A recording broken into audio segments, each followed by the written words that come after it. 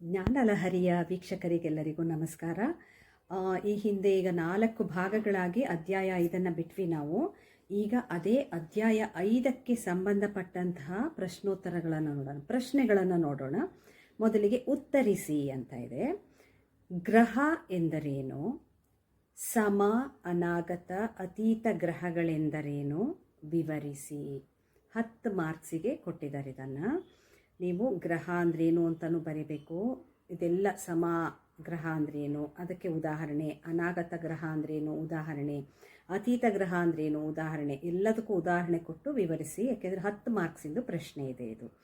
ಮುಂದಿನ ಪ್ರಶ್ನೆ, ಕರ್ನಾಟಕ ಸಂಗೀತದಲ್ಲಿರುವ ಸುಳಾದಿ ಸಪ್ತತಾಳಗಳನ್ನು ಹೆಸರಿಸಿ. ಅವುಗಳ ಅಂಗಗಳು ಮತ್ತು ಆವರ್ತಕ್ಕೆ ಬರುವ ಅಕ್ಷರಗಳನ್ನು ತಿಳಿಸಿ. ಇದು 10 ಮಾರ್ಕ್ಸಿಗಿದೆ.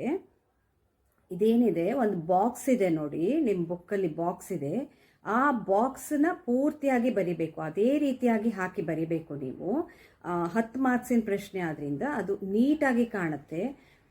ಅದು ಒಂದು ಬಾಕ್ಸ್ ಒಳಗೆ ಲೈನ್ಸ್ ಎಲ್ಲ ಇದ್ದು ಚೆನ್ನಾಗಿ ಕಾಣುತ್ತೆ. ಅದೇ ರೀತಿಯಾಗಿ ಬರೀರಿ.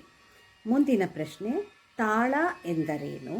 1ನೇ ಕಾಲ, 2ನೇ ಕಾಲ ಮತ್ತು 3ನೇ ಕಾಲಗಳನ್ನು ವಿವರಿಸಿ ಅಂತ ಇದೆ. ಇದು 5 ಮಾರ್ಕ್ಸ್ಗೆ ಒಂದು ಪ್ರಶ್ನೆ ಇದೆ. ಮುಂದಿನ ಪ್ರಶ್ನೆ, ಜಾತಿ ಎಂದರೇನು? ಇವುಗಳನ್ನು ಯಾವುದರಲ್ಲಿ ಉಪಯೋಗಿಸುತ್ತಾರೆ? ಎಷ್ಟು ಜಾತಿಗಳಿವೆ? ವಿವರಿಸಿ.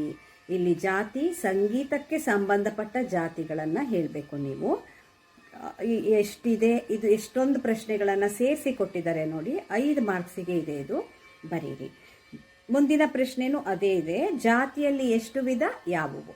ಚಿಕ್ಕದಾಗಿ ಕೊಟ್ಟಿದ್ದಾರೆ, 2 ಮಾರ್ಕ್ಸಿನ ಪ್ರಶ್ನೆ. ಮುಂದಿನದ್ದು ಅದೇನೆ, ಲಘುವಿನ ಜಾತಿಗಳನ್ನು ಹೆಸರಿಸಿ. ಬೇರೆ ಬೇರೆ ರೀತಿಯಾಗಿ ಪ್ರಶ್ನೆಗಳು, ಉತ್ತರ ಅದೇ ಇರುತ್ತೆ.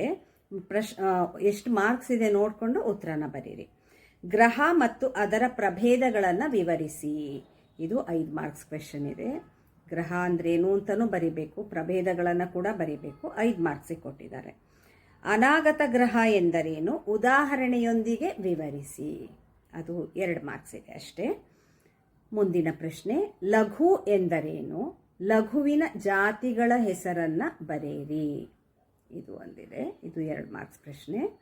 ಮುಂದಿನ ಪ್ರಶ್ನೆ, ಮಿಶ್ರ ಜಾತಿ ಝಂಪೆ ತಾಳ ಹಾಗೂ ಖಂಡ ಜಾತಿ ಅಟತಾಳದ ವ್ಯತ್ಯಾಸವನ್ನು ವಿವರಿಸಿ ಅಂತ ಕೊಟ್ಟಿದ್ದಾರೆ. ಇದು ಪ್ರಶ್ನೆಯಲ್ಲಿ ಕೊಟ್ಟಿದ್ದಾರೆ. ವ್ಯತ್ಯಾಸವನ್ನು ಬರೆಯಿರಿ ಅಂತ ಒಂದು ಸೆಪ್ರೇಟ್ ಕ್ಯಾಟಗರಿ ಮಾಡಿನೂ ಕೂಡ ಕೊಡಬಹುದು. ಇದನ್ನು ನೋಡಿ ಬರೆಯಿರಿ ಯಾವುದನ್ನು. ಇಷ್ಟೇ ಅಲ್ಲ, ಇನ್ನು ಬಹಳಷ್ಟು ಪ್ರಶ್ನೆಗಳನ್ನು ಮಾಡಬಹುದು. ಇಷ್ಟು ನಾನು ಕ್ವೆಶನ್ ಪೇಪರ್ಸಿಂದ ತೆಗೆದು ಕೊಟ್ಟಿರೋದು ನಿಮಗೆ. ಮುಂದಿನದ್ದು ನಾವು ಬಿಟ್ಟ ಸ್ಥಳ ತುಂಬಿರಿ ಏನಿದೆ. ಬಿಟ್ಟ ಸ್ಥಳ ತುಂಬಿರಿ ಬಹಳಷ್ಟು ಇದೆ. ಅದೊಂದನ್ನು ನೋಡೋಣ ಈ ಭಾಗದಲ್ಲಿ. ಇಲ್ಲಿ ಬಿಟ್ಟ ಸ್ಥಳ ಏನಿದೆ, ಇಲ್ಲಿ ನಿಮಗೆ ಆಪ್ಷನ್ಸ್ ಕೊಟ್ಟಿರ್ತಾರೆ 4, ಆ ರೀತಿಯಾಗಿರೋದಿದೆ. ಲಘುವನ್ನು ಸೂಚಿಸಲು ಡ್ಯಾಶ್ ಚಿಹ್ನೆ ಬಳಸುತ್ತಾರೆ. ABCD ಆಪ್ಷನ್ ಇದೆ. 0, 1, U ಮತ್ತು ಆ ಯುನ ಉಲ್ಟಾ ಆಗಿ ಬರೆದಿದ್ದಾರೆ. ಇದು ಒಂದು ಪ್ರಶ್ನೆ ಇದೆ, ನೀವು ಆರಿಸಿ ಬರಿಬೇಕು. ಖಂಡ ಜಾತಿ ಝಂಪೆ ತಾಳದಲ್ಲಿ ಒಂದು ಆವರ್ತಕ್ಕೆ ಡ್ಯಾಶ್ ಅಕ್ಷರಗಳು ಬರುತ್ತವೆ. 10, 12, 8, 9 ಇದು ಆಪ್ಷನ್. ನೀವು ಅದನ್ನು ನೋಡಿ ಬರೀರಿ. ಮುಂದಿನದ್ದು, ಅನುಧೃತಕ್ಕೆ ಡ್ಯಾಶ್ ಅಕ್ಷರ ಕಾಲ ಇದೆ. 2, 3, 4, 1. ಮುಂದಿನ ಪ್ರಶ್ನೆ, ಆದಿತಾಳದ ವರ್ಣಗಳು ಡ್ಯಾಶ್ ಗ್ರಹದಲ್ಲಿ ಪ್ರಾರಂಭವಾಗುತ್ತವೆ. ಸಮ, ಅನುಧೃತ, ಧೃತ. ಸಮ, ಅನುಧೃತ, ಲಘು, ಧೃತ, ಈ ರೀತಿಯಾಗಿದೆ. ಮುಂದಿನ ಪ್ರಶ್ನೆ, ಒಂದು ಪೆಟ್ಟು ಹಾಕಿ ಬೆರಳು ಎಣಿಸುವುದಕ್ಕೆ ಡ್ಯಾಶ್ ಎಂದು ಹೆಸರು. ಏನಂತ ಕರಿತೀವಿ ಅದಕ್ಕೆ? ಧೃತ, ಅನುಧೃತ, ಲಘು. ನೀವು ಇದರಲ್ಲಿ ಯಾವುದಾದ್ರು ಒಂದನ್ನು ಸೆಲೆಕ್ಟ್ ಮಾಡಿ ಬರಿಬೇಕು. ಅನುಧೃತ ಬರುವ ತಾಳ ಯಾವುದು? ಧ್ರುವ ತಾಳ, ರೂಪಕ ತಾಳ, ಝಂಪೆ ತಾಳ. ಇದರಲ್ಲಿ ಆರಿಸಿ ಬರಿಬೇಕು. ಒಂದು ಆವರ್ತದಲ್ಲಿ 6 ಅಕ್ಷರಗಳು ಬರುವ ತಾಳ ಡ್ಯಾಶ್. ಧ್ರುವ ತಾಳ, ರೂಪಕ ತಾಳ, ತ್ರಿಪುಟ ತಾಳ. ಮುಂದಿನ ಪ್ರಶ್ನೆ, ಚತುರಶ್ರ ಜಾತಿ ತ್ರಿಪುಟ ತಾಳಕ್ಕೆ ವಾಡಿಕೆಯಲ್ಲಿರುವ ಇನ್ನೊಂದು ಹೆಸರು ಡ್ಯಾಶ್.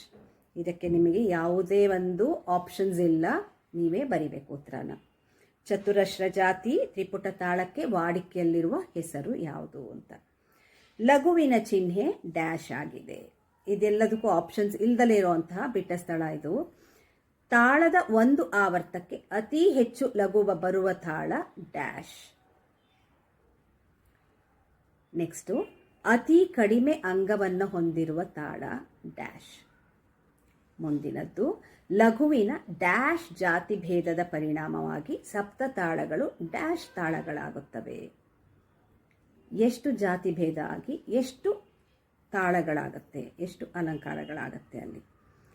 ಮುಂದಿನ ಪ್ರಶ್ನೆ, ಆವರ್ತಕ್ಕೆ 14 ಅಕ್ಷರಗಳನ್ನು ಹೊಂದಿರುವ ತಾಳಗಳು ಡ್ಯಾಶ್ ಮತ್ತು ಡ್ಯಾಶ್. ಮುಂದಿನದ್ದು, ಆದಿತಾಳ ವರ್ಣದ ಒಂದು ಆವರ್ತಕ್ಕೆ 1ನೇ ಕಾಲದಲ್ಲಿ ಡ್ಯಾಶ್ ಅಕ್ಷರಗಳು ಬರುತ್ತವೆ. ಮುಂದಿನದ್ದು, ಚತುರಶ್ರ ಜಾತಿ ತ್ರಿಪುಟ ತಾಳದ ಒಂದು ಆವರ್ತಕ್ಕೆ ಡ್ಯಾಶ್ ಅಕ್ಷರಗಳು.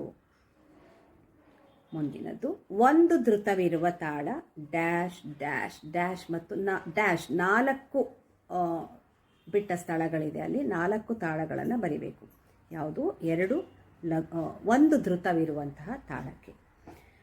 2 ಲಘುವಿರುವ ತಾಳ ಡ್ಯಾಶ್ ಮತ್ತು ಡ್ಯಾಶ್. ಮುಂದಿನದ್ದು, ಡ್ಯಾಶ್ ಮತ್ತು ಡ್ಯಾಶ್ ತಾಳಕ್ಕೆ 2 ಧೃತವಿರುತ್ತದೆ. ಮುಂದಿನದ್ದು, ಡ್ಯಾಶ್ ಮತ್ತು ಡ್ಯಾಶ್ ತಾಳಗಳಿಗೆ 10 ಅಕ್ಷರಗಳಿಗೆ ಒಂದು ಆವರ್ತ ಆಗುತ್ತದೆ.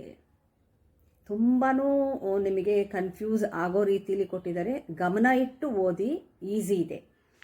ಮುಂದಿನದ್ದು, ಡ್ಯಾಶ್ ಡ್ಯಾಶ್ ಡ್ಯಾಶ್ ಮತ್ತು ಡ್ಯಾಶ್ ತಾಳಗಳಿಗೆ 4 ತಾಳಗಳಿದೆ. ಇಲ್ಲಿ 1 ಲಘು ಬರುತ್ತದೆ. ಆ 4 ತಾಳಗಳ ಹೆಸರನ್ನ ಬರೀರಿ. 1 ಲಘು ಬರುವಂತಹ ತಾಳಗಳು.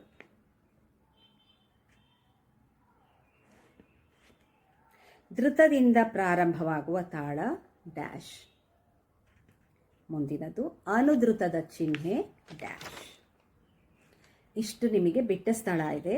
ಮುಂದಿನ ಭಾಗದಲ್ಲಿ ನಾನು ನಿಮಗೆ ಮುಂದಿನ ಪ್ರಶ್ನೆಗಳನ್ನು ಹೇಳ್ತೀನಿ. ಧನ್ಯವಾದಗಳು.